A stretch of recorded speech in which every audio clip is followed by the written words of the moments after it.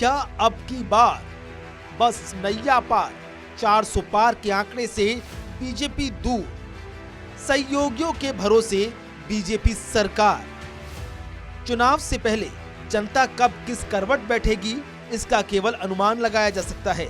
हकीकत का सामना तो रिजल्ट के दिन ही होता है और वो हकीकत अब जनता के सामने आ चुकी है। लोकसभा चुनाव 2024 के चुनाव के आंकड़े सामने आ चुके हैं।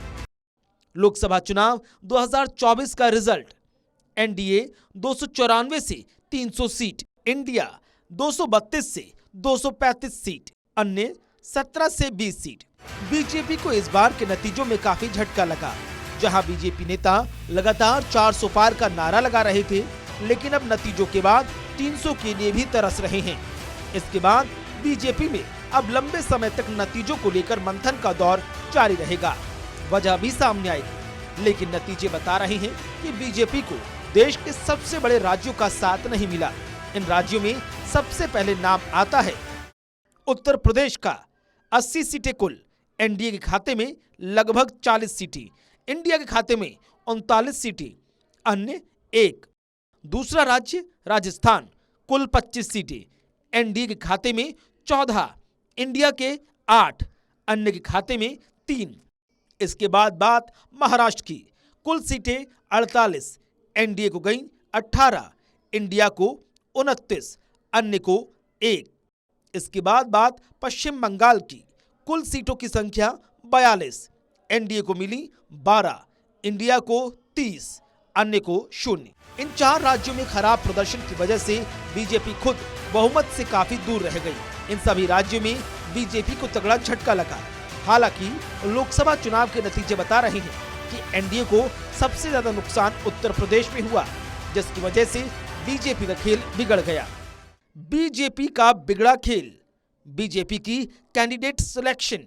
सपा ने सामाजिक समीकरण देख उतारे प्रत्याशी, संविधान बदलने की चर्चा पड़ी भारी, नौकरी और पेपर लीक का मुद्दा, मायावती के कैंडिडेट्स ने बिगाड़ा खेल। हालांकि बीजेपी कई बड़े नेताओं को लोकसभा चुनाव में हार का सामना करना पड़ा। देखें किस सीट पर कौन हारा, किसने हासिल की जीत। अमेठी कौन जीता? किशोरीलाल शर्मा। हारा कौन? स्मृति ईरानी। तिरुवनंतपुरम जीता कौन? कांग्रेस प्रत्याशी शशि थरूर। हारा कौन? बीजेपी प्रत्याशी राजीव चंद्रशेखर। हैदराबाद जीता कौन? एआईएमआईएम नेता असुद्दीन ओवैसी। हारी बीजेपी की माधवी लता। सुल्तानपुर जीते समाजवादी पार्टी से राम भुआल निषाद। मेनका गांधी हार गईं। सिरसा कुमारी शैलजा जीती, कांग्रेस से अशोक तंवर बीजेपी से हार गए।